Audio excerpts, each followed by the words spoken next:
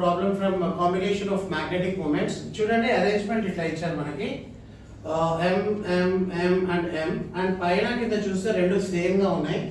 సరే యాంగిల్ ఎంత ఉంది అనేది మనం ఫస్ట్ చెక్ చేసుకోవాలి మ్యాగ్నెటిక్ మూమెంట్స్ మధ్యలో. అండ్ అదే విధంగా ఒకటి కనుక్కుంటే రెండింటికి సేమ్ అప్లై చేయొచ్చు రిజల్టెంట్ ఎంత వస్తుంది అనేది. అయితే ఇక్కడ చూడండి this is moving in this direction and this is moving like this in the direction. Parallelogram law of vectors apply చేయాలి అంటే ఏ పాయింట్ నుంచి స్టార్ట్ అయ్యాయి అనేవి మనం బాగా చెక్ చేసుకోవాలి. ఏ పాయింట్ నుంచి స్టార్ట్ అయినాయి ఇక్కడ నుంచి మనం చెక్ చేసుకుంటే this is now this is 60 degrees straight angle 180 and this angle we will get it as 120 degrees అంటే రిజల్టెంట్ ఇట్ సైడ్ వస్తుంది.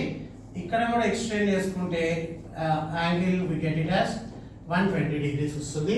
now cos 120 వాల్యూ ఎంత మనకి 180 minus 60 degrees. 180 minus 60 lies in second quadrant. In second quadrant cos is negative and 180 degrees angle cos remains as cos and cos 60 value it is 1/2 hence cos 120 minus 1/2 వస్తుంది. parallelogram law of vectors apply చేస్తే m1 అని అందాం under root of m square plus m square 2 into m into m 2m square into minus 1/2 2 gets cancelled m square plus m square 2m square minus m square again it become m square square root of m square ఏమైతుంది m అంటే దీని resultant మనకి m వస్తుంది దీని resultant m వస్తుంది. ఇవి రెండు parallel గా ఉన్నాయి. ఎప్పుడైతే ప్యారలల్ గా ఉన్నాయో యాంగిల్ ఎంత ఉంటుంది 0 degrees cos 0 it is 1 under root of m square plus m square plus 2 into m into m.